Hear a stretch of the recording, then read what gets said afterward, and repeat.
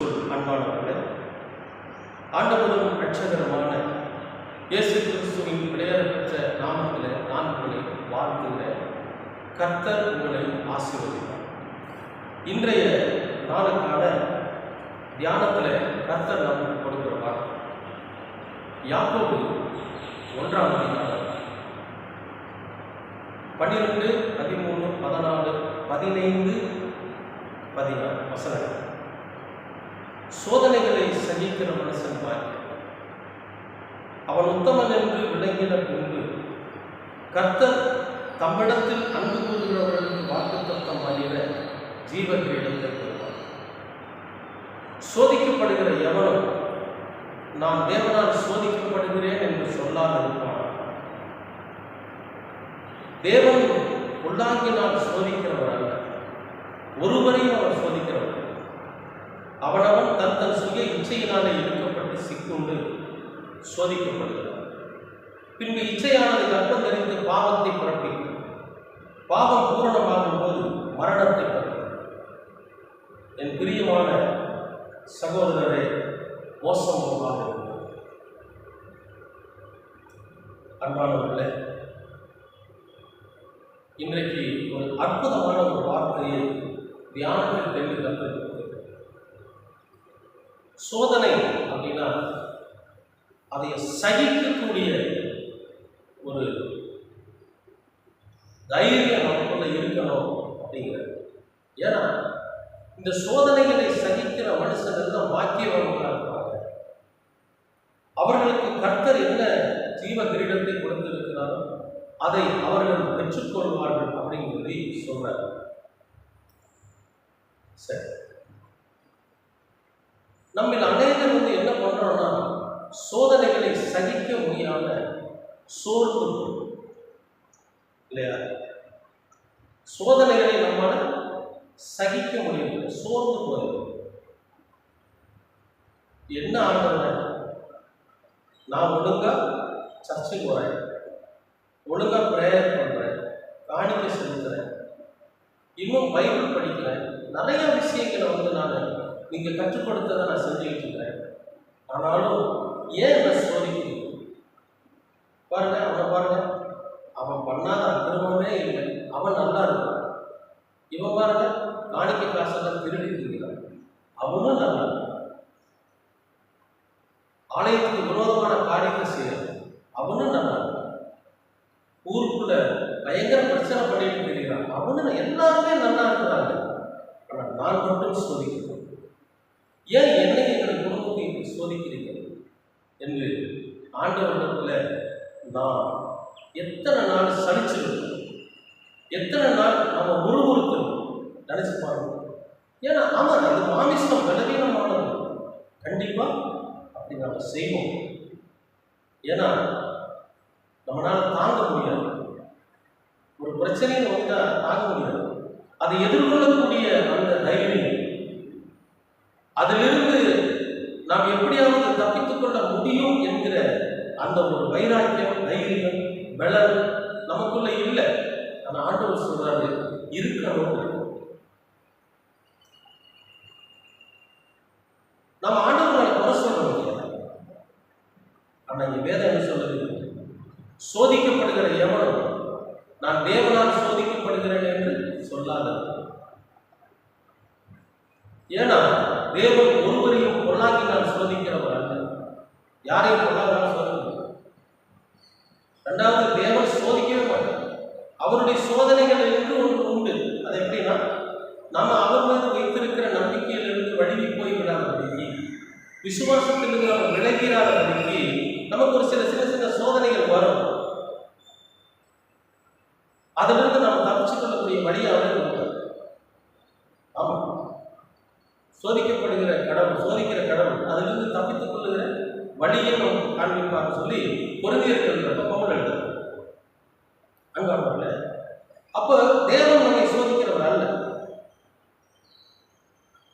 இதுவிட அவர் பொல்லாங்கினால் சோதிக்கிறவர்.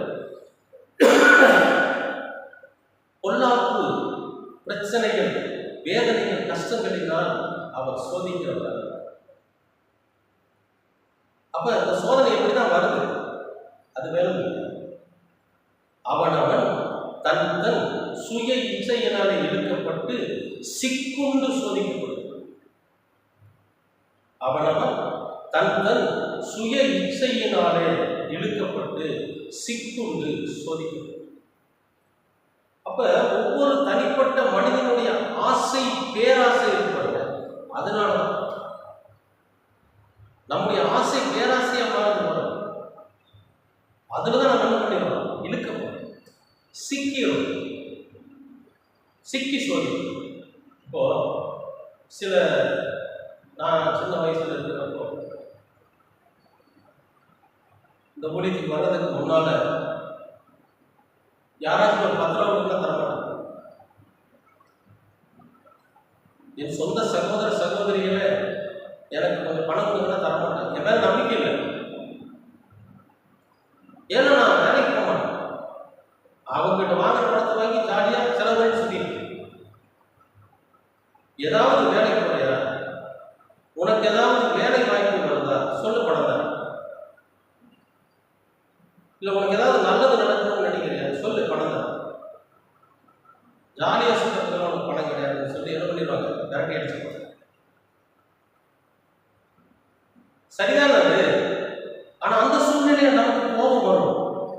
பணம் கேட்டா அவங்க தர மாட்டேங்கிறாங்க, ஒரு நாளைக்கு இருக்கு இவங்களை பேசிக்கிறேன், கோபம் வரும்ல. அப்ப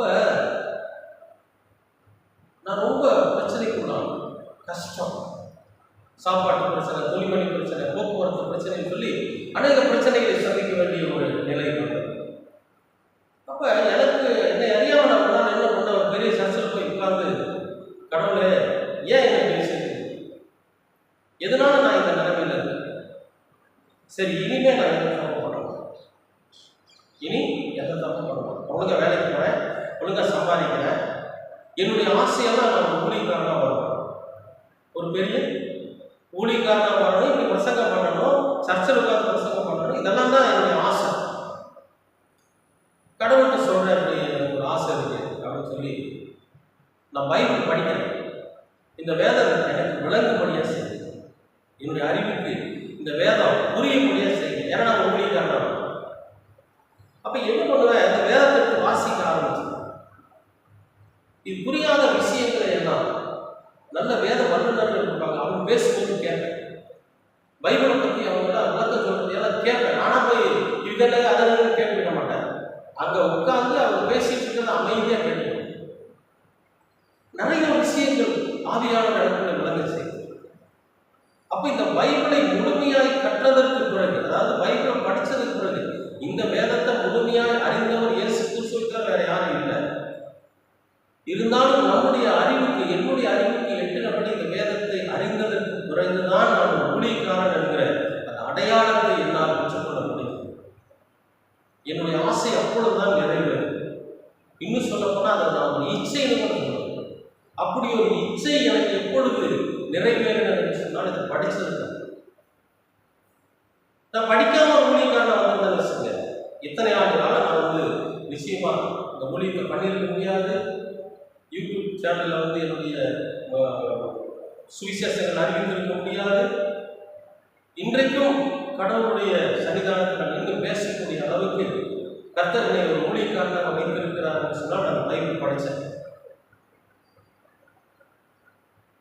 அப்படி இந்த உலக காரியங்களுக்காக சொல்றேன். ஒரு வீடு வாங்கணும், ஒரு வாகனம் வாங்கணும், ஒரு கார் வாங்கணும், ஒரு பைக் வாங்கணும், ஒரு சைக்கிள் வாங்கணும், நம்ம ஆசைப்படுறோம். தப்பு இல்லை. 8 மணி நேரம் உழைக்கிறவங்க 16 மணி நேரம் உழைங்க. எப்படி 8 மணி நேரம் உழைக்கிறவங்க 16 மணி நேரம் உழைச்சு பாருங்க.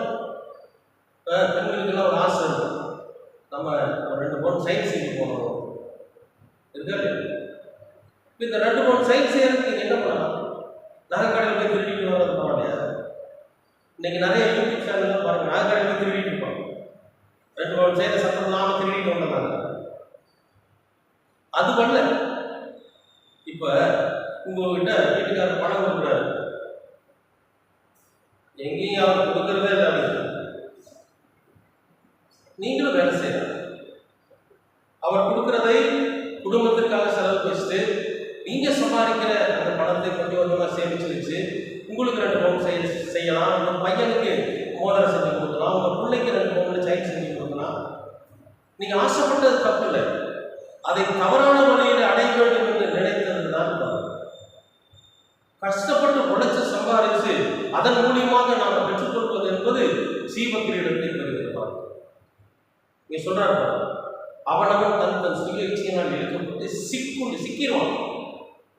இந்த சிக்கல் எப்படிப்பட்டது தெரியுமா?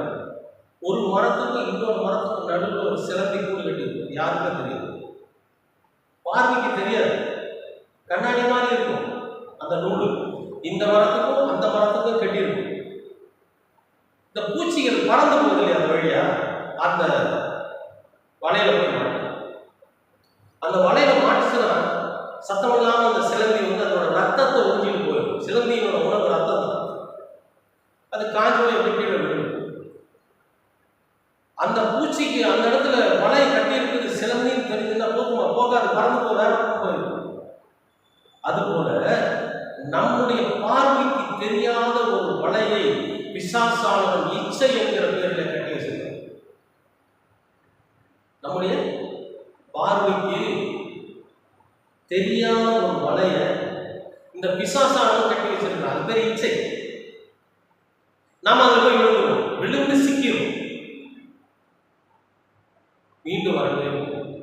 அப்பதான் சோதிக்கணும், அப்பதான் பிரச்சனையில சிக்கிறோம். தப்பான வழியில அந்த பேராசையை அடைய வேண்டும் என்று, அந்த பொருளை அடைய வேண்டும் என்று, அந்த இச்சையை நிறைவேற்றிக் கொள்ள வேண்டும் என்று எப்போ நாம விரும்புகிறோமோ, எப்போ நாம முயற்சிக்கிறோமோ, அந்த அன்னைக்கு நாம் பாவத்தில் விழுகிறோம். இப்ப இந்த இச்சையானது பாவத்தை பிறக்கும். கர்ப்பம் தரிசு அப்படிங்கிறது எப்படி? திருமணமான ஒரு பெண் கர்ப்பம் தரிசு ஒரு குழந்தையை பெற்றெடுக்கும். உயிரினங்கள், பெண் உயிரினங்கள் பார்த்தீங்கன்னா கர்ப்பம் தரிசு குழந்தையை பெற்றெடுக்க முடியாது. அந்த மாதிரி இந்த இச்சையானது என்ன பண்ணுவோம்? பாவத்தை பிறப்பிக்கும். கர்ப்பம் தரிசு அருமையான உதாரணத்தை சொல்றேன். எப்படி கர்ப்பம் தரிக்கிறது? முதல்ல எப்படியாவது அதை அடைஞ்சிடணுங்கிற ஒரு பேர், அது ஒரு குணம். அடுத்தது அதுக்காக தவறான வழியில போறதுக்காக முயற்சிக்கிறது, 2வது. 3வது அந்த தவறான வழியை செய்யறது. 4வது இப்படி என்னென்ன தவறுகள் செஞ்சா நமக்கு பணம் வருமோ அந்த பணத்தை வாங்கி அந்த பொருளை அடைஞ்சோம்னு நம்ம நினைக்கிறோம். பார்த்தீங்களா? இது ஒவ்வொன்றும் இந்த இச்சையினால் பிறப்பிக்கப்படுகிற பாவம். நாளுக்கு நாள் இந்த பாவம் அதிகமாகிட்டே போறப்ப ஒரு நாள் அது மிகப்பெரிய பிரச்சனைக்கு பொழுது நம்மை குற்றவாளியாக்கி என்ன பண்ணுவோம்? மரண தண்டனை கொண்டு. அதான் சொல்ற, இச்சையானது கர்ப்பம் தரித்து பாவத்தை பிறப்பிக்கும். பாவம் பூரணமாகிற போது மரணத்தை. எல்லாருக்கும் இந்த வேதம் சொல்லுகிற ஒரு அறிவுரை என்ன தெரியுமா? என் பிரியமான சகோதரர், என்னுடைய பிரியமே, நான் உங்க மேல பிரிய வச்சிருக்கிறேன், அன்பு வச்சிருக்கிறேன், நான் உங்களை நேசிக்கிறேன், என்னுடைய கிருபை இருக்கிறது. என் பிரியமான சகோதரர் சகோதரிகள், மோசம் போயிடாதீங்க, எதையும் பார்த்து ஆசைப்படாதீங்க. அப்படி ஆசைப்பட்டீங்கன்னா அந்த பொருளை அடைவதற்காக உழைங்க, கஷ்டப்படுங்க. 4 மணி நேரம் வேலை செய்யணும், 8 மணி நேரம் செய்யுங்க. 8 மணி நேரம் வேலை செய்யணும், 16 மணி நேரம் வேலை செய்யுங்க. கஷ்டப்பட்டு உழைங்க, சேமிச்சு வைங்க, விரயப்படுத்தாதீங்க பணத்தை. அப்போ ஒரு நாள் நீங்க எதுக்கு ஆசைப்பட்டீர்களோ அந்த பொருளை வாங்குவதற்கான பொருளாதாரத்தை கைக்கு வர்றப்ப அதை வாங்கி பாருங்க, அந்த வீட்டை வாங்கி பாருங்க. அந்த வீட்டுக்கு வர்றவங்க என்ன சொல்லுவாங்க தெரியுமா? இந்த வீட்டில் இருக்கிற ஒவ்வொரு செங்கலும் அவருடைய ரத்தம், இந்த வீட்டில் இருக்கிற ஒவ்வொரு செங்கலும் அந்த அம்மாவுடைய வியர்வை. புருஷன் முன்னாடி 2 பேரும் ராத்திரி பகலா உழைச்சு தூங்காம கொள்ளாம நல்லா சாப்பிடாம கஷ்டப்பட்டு உழைச்சு சம்பாதிச்ச வீடு இது ஆசீர்வாதமாக இருக்கும். ஜீவகிரீடம் ஒருவரையும் கடவுள் பொல்லாங்கி நான் சோதிக்கிறேன். இனிமே சொல்லுவீங்க, ஆண்டவர் என்ன சோதிக்கிறாரு, கடவுள் என்னை சோதிக்கிறாருன்னு சொல்லுவீங்களா?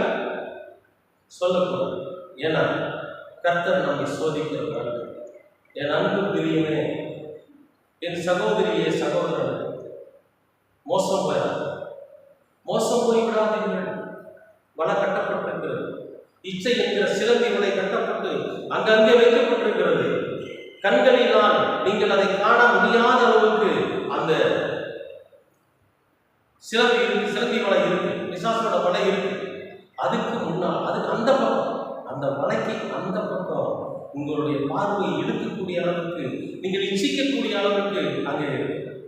ஆகவே நீங்க மோசம் வர கவனமாயிருங்க. கர்த்தர் உங்களை ஆசீர்வதிப்பார். அன்பின் பரலோக பிதாவே, அருமையான நல்ல இந்த நாளுக்காக நன்றி. இந்த வார்த்தையை நீர் ஆசீர்வதித்து கொடுத்திருக்கிறீர்கள், அதற்காக நன்றி. இப்படி கிருபையினாலே ஒரு வசனத்தினாலே வழிநடத்த இயேசு கிறிஸ்துவின் வழியாக இருக்கிறோம். ஆமென், ஆமென், ஆமென்.